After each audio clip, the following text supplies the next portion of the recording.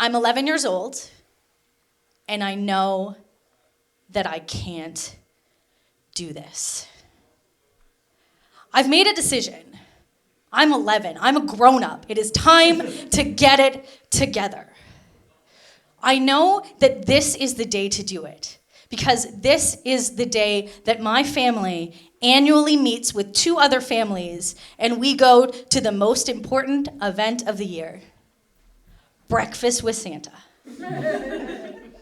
It's important because that's the time that the 3 families that, like I've known since I was 2 years old, we all get together, and then everybody talks about their year, and everyone brags about their kids. This is gonna be my year. So when we get up, my mom gets us up at like 6:30, and she makes my hair all like nice and curled, and it's perfect, and I have like kind of a mushroom cut because it's 1992. I'm 11 years old, and this is gonna be the day that changes my life. I'm in a velvet dress that is somehow itchy. I'm in several scarves and a winter coat, and I'm standing stock still, quietly, observing, because I've realized something. There's 3 families. There's my family, my mom, my dad, and my younger brother. There's Kaylee's family, and there's Sarah's family. We all met when we were 2 years old in like kind of a child development class, where what you're supposed to do is sing songs and learn about how to like communicate with each other as parent and child, where you also learn as an adult how to like judge every other mother in the room and their child and their choices. You learn very well. So well that every year you have the top up at Breakfast with Santa. But this year is going to be different. I can't be like Kaylee. Kaylee's the smart one. Kaylee goes to a fancy private school. I know because I've heard about it every single year. Kaylee gets 97%. I know because I've heard about it every single year. I can't be popular like Sarah. Sarah has all kinds of friends, and she does sports. I know. Well, you get the picture. But there's one thing I can do. I can be the best behaved. It's not an A-team power, but it's a thing that I can accomplish. And that morning when I gave myself a pep talk, I said, Erin, you need to be 3 things. Quiet, still, pleasant. An eye of the tiger, or like the Muppet Show theme more realistically, played in my head as I stood there being all 3 at 97%. Yeah. And so they go on and they start to tell their stories, and I'm very quiet, and it's, oh, Kaylee's so smart, Kaylee's done so well, blah, blah, blah, blah. Oh, Sarah's so popular, Sarah's done so well. And then it comes to my mom's turn, and she says, Erin is doing fine. Oh. It's totally fine, I'm fine. We are the first in line for Breakfast with Santa. And so just as there's the awkward silence after doing fine, the universe comes to my aid, and the doors open. And we go through the silent mall up to Breakfast with Santa. Breakfast with Santa is all weird velvet. It's what I now recognize as kitsch, but at the time was just Christmas. There is a giant throne, red velvet and gold, in the middle of a raised platform, probably about this high, because apparently Santa is the king of fictional characters. Move over, Easter Bunny. We all sit at the very front because that's why you get there first. And we're waiting. And they start bringing out our food. And right at that moment, if you've ever been to dinner theater, you know this moment where they put all your food out so you'll pay attention. And then I hear from just off stage, and for today's performance at Breakfast with Santa, it's Hee-Haw the Clown. And then there's a pause. and another pause, and a longer pause. And I hear an audible hee-haw, the clown.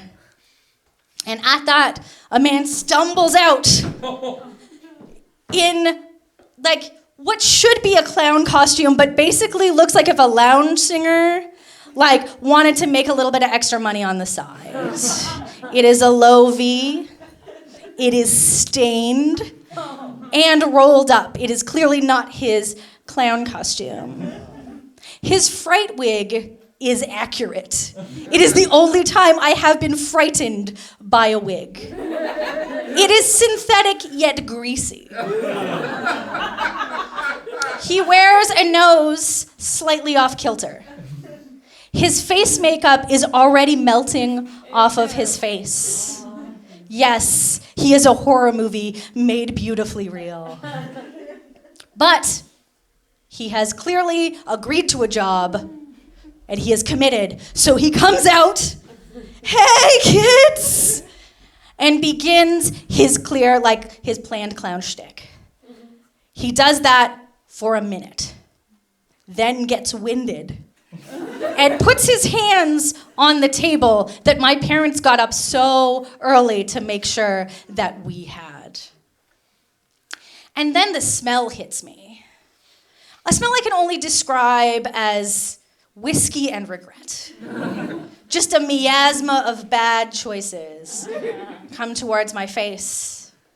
And I think, this is strange, right? And I look around, and nobody else seems to be noticing. Okay, all I have to do is 3 things. I'll be quiet, I'll observe, I'll be pleasant. I plaster a smile on my face, which the clown takes as encouragement. Hi, little girl, he says. Is this a special day for you? Yes, I reply. And thankfully, the whiskey fumes have all the possibility of tone has just escaped him. And he gets his second wind. And he pulls out balloons out of a sack. And he starts blowing them up. And about halfway through, he runs out of breath. So we get a lot of half-done balloons. And then he decides to take a volunteer from the audience. And he points out a boy in the second row. And he says, come over here. Bring a chair. By the way, his assisting this boy is just bringing a chair and then standing by because the clown lowers himself into the chair and then continues. He pulls out all kinds of tissues and stuff. He does all the typical clown things. And it keeps getting weirder, and something that I will describe now as a David Lynch-esque vibe starts to take over. But this is my chance. And there is no way I am slipping from 97%. So I watch, and my face gets more strained, but I keep smiling. And then he lets out a loud belch. I don't know if anyone's seen W.C. Fields, but this guy owes him money. A significant amount of money, because he has just stolen his entire act. And he says, "Sure, kids," and he continues on. And this is all I could take, because I look around, and no one seems to notice this is weird. But I have this feeling right in the pit of my stomach. It's a strange feeling, and it keeps slowly rising. Now, to give you a little bit more insight into me, at this point I'm 11, I am 2 years away from developing an anxiety twitch, and about 15 years away from someone saying, "It's okay, you just have an anxiety disorder. Take these pills, my friend." So this is that oh no, something's gonna happen feeling, and I just feel it, and it's spreading through my body. And as he starts to take out a bottle of dish soap and put it down and make a terrible series of puns involving dish soap, I think honestly what happened is he woke up that morning and went, oh no, I got a clown. And what do I have? What do I have? What do I have? Okay, dish soap. Kids love dish soap, right? The feeling is at about here. And I realize if I stay any longer, I'm gonna say something. And that thing is, the clown is drunk. The clown is drunk. Everyone sees that the clown is drunk. And it gets here. And I feel my 97% slipping. It's so close, but so far. And my mom gives me a look because my mom is psychic and she knows something is about to happen, but she's not sure what it is, and she fixes me with her eyes. And it's right here. The clown is drunk. The clown is drunk. So I stop and I head to the bathroom. And I go into a stall. And I put my hands over my mouth. And I say, the clown is drunk. And then I laugh harder than I have ever laughed, before or since. I didn't, however, realize there was a woman in the bathroom with me. And when I laugh a lot, I kind of sound like I'm crying. So she also tried to comfort me. She's like, it's okay. I know you love clowns. Every kid does. Adults never get that. Nobody likes clowns. I know, comedy art or whatever. Sorry, nerds. Nobody likes clowns. Yeah, that's right. Truth teller. Anyways.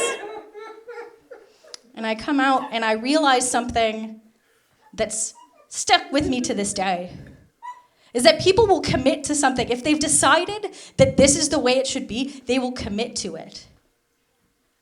But it's okay, because in your heart, you can know the clown is drunk. The clown is drunk. The other important thing I learned that day is that sometimes, one time, a clown can make me laugh. Thank you so much.